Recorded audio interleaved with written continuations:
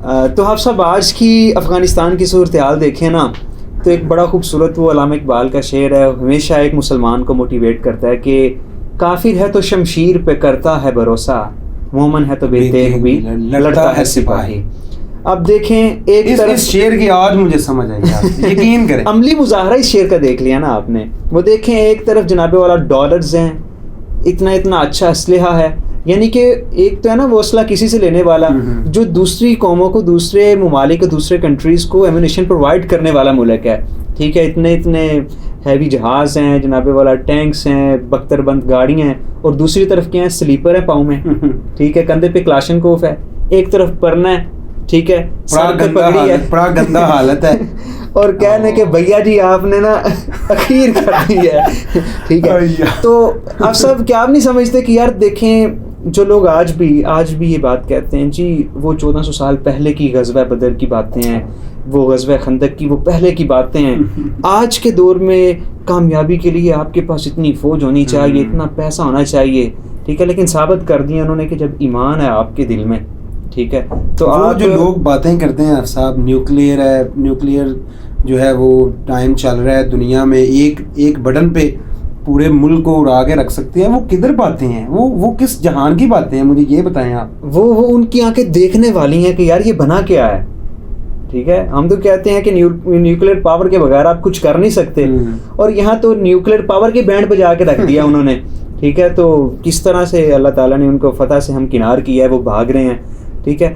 بلکہ میں کہتا ہوں کہ یار وہ کہتے ہیں نا کہ جب گیدڑ کی موت آتی ہے وہ شہر کی طرف بھاگتا ہے. اب یہاں اس دنیا میں کسی سپر پاور کی موت آنی ہوتی ہے تو وہ افغانستان کی طرف آ جاتا ہے, ٹھیک ہے.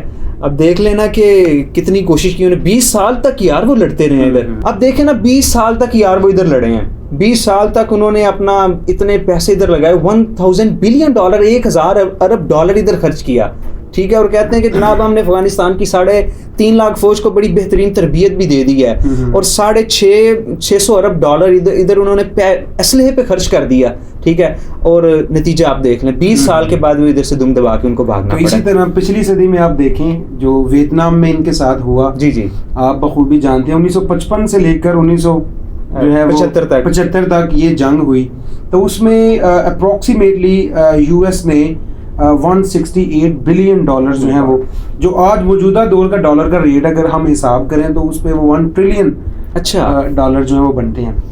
اور آپ پاکستان کا کل حجم جو اس پہ قرض ہے وہ دیکھیں کتنا ہے, 115.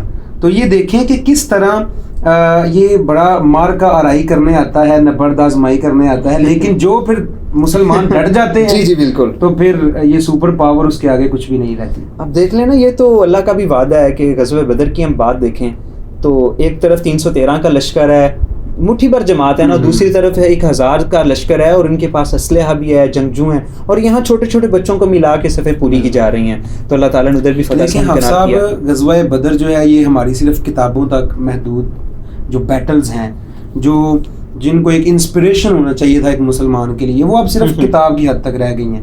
مجھے قرآن مجید کی ایک آیت یاد آ رہی ہے, اللہ رب العزت فرماتے ہیں سورۃ البقرہ میں, کم من فئۃ قلیلۃ غلبت فئۃ کثیرۃ باذن اللہ. سبحان, یہ اللہ کے حکم سے ہے کہ کتنے ہی کم مٹھی بھر لوگ وہ کس طرح بڑی بڑی افواج کو جو ہے وہ ناکوں چنے چبوا دیتے ہیں. اچھا آپ سب ایک بات مجھے سمجھ نہیں آ رہی, جی جنگ کسی کے ساتھ, ایک ملک آیا دوسرے ملک میں قبضہ جمانے کے لیے, جوتے پڑے, واپس چلا گیا, لیکن ہمارے جو ادھر دانشور جو وہ کیا چاہتے ہیں, why they are so raved about the victory and triumph of the Taliban, کیوں یہ ایسا کر رہے ہیں؟ بھلا کیا ان لوگوں نے یہ سوچا تھا کہ افغانستان میں طالبان ٹیک اوور کرنے جا رہے ہیں, ہمارے ابو جی بھاگ رہے ہیں ادھر سے, ٹھیک ہے. افغانستان میں طالبان کی اب گورنمنٹ آ جائے گی, ٹھیک ہے, وہ ٹیک اوور کریں گے, وہ لوگوں پہ ظلم کریں گے, وہاں سے لوگ بھاگیں گے, ادھر بارڈر کی طرف آ جائیں گے. اب ہم بھاگے قلم دوات اٹھائے جائیں گے, کیمرہ اٹھائے جائیں گے, دیکھیں جی کتنا ظلم ہو رہا ہے انسانیت پہ, ہماری امداد کرو, امداد لیں گے ان کے نام پہ, ٹھیک ہے. ہمارے اپنا بھی کوئی دال دلیا چل جائے گا, ہماری اپنی دال روٹی تھوڑی سی چل جائے گی. انہوں نے یہ سوچا تھا, لیکن یہ دیکھیں کہ کتنی حیرانگی کی بات ہے کہ پیپل آر ویلکمنگ طالبان. کہ یار خوش آمدید کہہ رہے ہیں ان کو, ویڈیوز وائرل ہو چکی ہیں, ٹھیک ہے, کہ لوگ جو ہیں وہ سجدہ کر رہے ہیں, ان کو ویلکم کر رہے ہیں, and they are extremely happy most of the people. دیکھیں کتنے, ابھی دیکھیں نہ کوئی احتجاج ہوا ہے, نہ کوئی توڑ پھوڑ ہو رہی ہے, ٹھیک ہے, بلکہ حیرانگی کی بات یہ ہے کہ ان کے جو افغانی ٹروپس ہیں ان کو لوگ پتھر مار رہے ہیں. تو مجھے بتائیں جو موجودہ گورنمنٹ ادھر موجود تھی وہ کدھر گئی ہے, کدھر وہ لوگ کدھر جا رہے ہیں, کیا ہو گیا ہے؟ وہ بھی 9-11 ہو چکے ہیں جناب. تاجکستان وہ بھاگ گیا اشرف غنی جو ہے, ٹھیک ہے. تو یہ کیفیت ایسی حادثہ بھی آج کی بات نہیں ہے.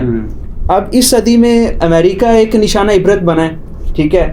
اس سے پچھلی صدی میں USSR, ٹھیک ہے, سوویت یونین, اس سے پہلے آئی گیس جو برطانیہ ہے وہ بھی ادھر اپنے جوتے کھا کے ادھر سے نکلا ہے. بلکہ اب صاحب آج کے دور کو چھوڑو, 3000 سال پہلے جب اسکندر اعظم یونان سے چلا اور جناب والا ایک آندھی کی طرح وہ ملک و ملک فتح کرتے جا رہا ہے, جب وہ افغانستان میں آیا تو مٹھی بھر افغانیوں نے جس طرح سے اسے ناکوں چنے چبوائے. اپنی ماں کو اس نے خط لکھا کہ میں تو سمجھتا تھا کہ I am the only Alexander the great, لیکن یہاں تو افغانستان میں ایوری باڈی از الیگزینڈر, ہر کوئی سکندر ہے. کہتا ہے کہ رات کو وہ تھکے ہارے جب جاتے ہیں نا اپنے کیمپس میں واپس جاتے ہیں تو ہم سمجھتے ہیں کہ ہم نے فتح حاصل کر لی ہے, ٹھیک ہے, وی آر وکٹوریس, ٹھیک ہے. لیکن کہتا ہے صبح پھر وہ اسی تازہ دم ہو کے اسی جوش و جذبے سے پھر وہ ہمارے سامنے آ کے کھڑے ہو جاتے ہیں, ٹھیک ہے. تو اب وہ کہتا ہے کہ ماں جی اب میں نے ان کے ساتھ لڑنا نہیں ہے, اب میں نے ان کو دوست بنانا شروع کر دیا ہے, ان کو گفٹس دے رہا ہوں اور ان کو کہتا ہوں بھلے لوگ آپ کو کس نے بتایا کہ میں جنگ کرنے آیا ہوں, ادھر قبضہ جمانے ہوں, میں تو بس گزرتا ادھر سے آ گیا تھا.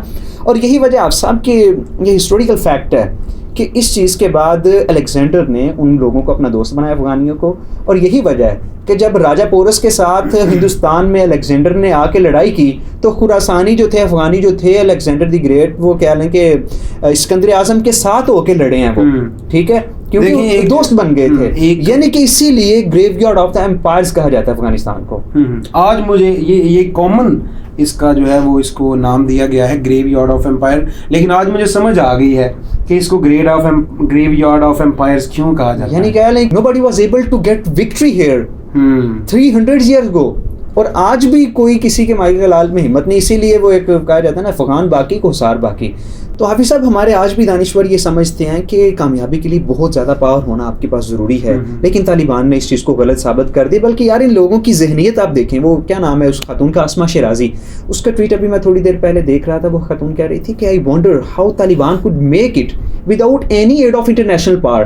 مطلب کیا وہ سمجھتے ہیں جب تک آشیرواد نہیں ہے امریکہ بہادر کی کسی انٹرنیشنل پاور کی, you can't make any thing. لیکن انہوں نے ثابت کر دیا کہ نہیں, جب آپ میں ایمان ہے, آپ میں استحکام ہے, استقلال ہے, ٹھیک ہے, اور طاقتور کے سامنے ڈٹ جانے کا جذبہ آپ کے دل میں موجود ہے, nobody can defeat you.